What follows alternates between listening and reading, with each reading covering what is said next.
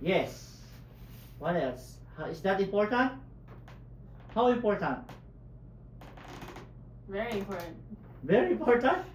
You said how? Very important. I think it is the only important, right? I think it's the only important that he died for us, because if not, what's gonna happen? We would be dead.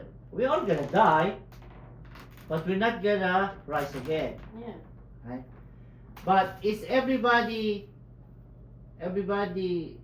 saved by Jesus Christ? Yeah. Yes. How about those who don't believe to Jesus Christ? So do you mean Jesus Christ saved them too? Well, yeah. But how come if they don't believe? Well, then they're not gonna rise again. So, Jesus Christ saved everybody, but you have to choose to believe in Him to make it happen to you. If you don't believe in Him, there's no other way to be saved. No matter how good you are, no matter you memorize the Bible, no matter what people are saying good things to you, if you don't believe in Jesus Christ, it's nothing, because Jesus is the only way. Next. How are we going to be the light of the world? Be Be good? How? Why am I being looked at? Doing Huh? good deeds. Going good deeds. Example. Like opening the door. Saying thank Open you. the door, say thank you. Open the door. Oh yeah, opening the door for the next person is Yeah, I get that. Canadian practices. Mhm. Alright? Wait. What else? Um. Come on, you're always doing this every day. You Pour should the know. cup for somebody. Pouring the cup. Yeah, I Say good think. morning. Be kind. Be kind. How, ma? Pray. Huh? Pray. Praying. Say your grace. What do you mean by say your grace? Say your grace Thank you. before you eat. Say thank you. Yeah. You acknowledge that the food you're gonna eat is given to you, even though you buy it from your pocket. But if you don't have the health, if you don't have the job that's given by the God, you can't have money to buy, right? So yeah, sit down. That's not part of this. We let light of Christ shine and keep feeding the flame that burns with us. That's important. How do we keep feeding the flame of the light? Fuel. Fuel for us. How do we keep feeding the flame of the light? Keep giving fuel. How? Like giving insults or like cutting. Like Like in an argument. Giving insults? What? Like in an argument. uh-huh. I thought we were talking about What? light. Yeah, light. Yeah, it's part of light. Like- Us. What do you mean giving compliments? Oh. No, this is a better question. Do you need to do good only one time? No. Do you need to say please only one time? No. Do you need to open the door for one person? No. So what do I mean by this? Every time. Every time, practice it. Every day, do it. Every day, remember it. So the light is keep feeding. Okay? Being light means doing your best to live each day on purpose and what way pleasing to God. Okay? It means showing kindness, compassion to others and to yourself. How do you do that? Being compassionate. Showing kindness and compassion. That's the only thing you can do? That's the only. Maybe what else are you gonna do? Maybe you exceed more than that. Maybe sometimes you can visit the elderly or like what they're doing. Or here in Canada or in Winnipeg, do you know volunteer? Yeah, it's very common here, right? They volunteer in the weekend or whatever. Okay? Oh, next. Kaya mo na siya. No, let her be. I'm being Okay. nice. But this is more important. Yeah, well. Help others discover their life. It's about looking for opportunities like to be more Jesus. That's heavy. How do you do that?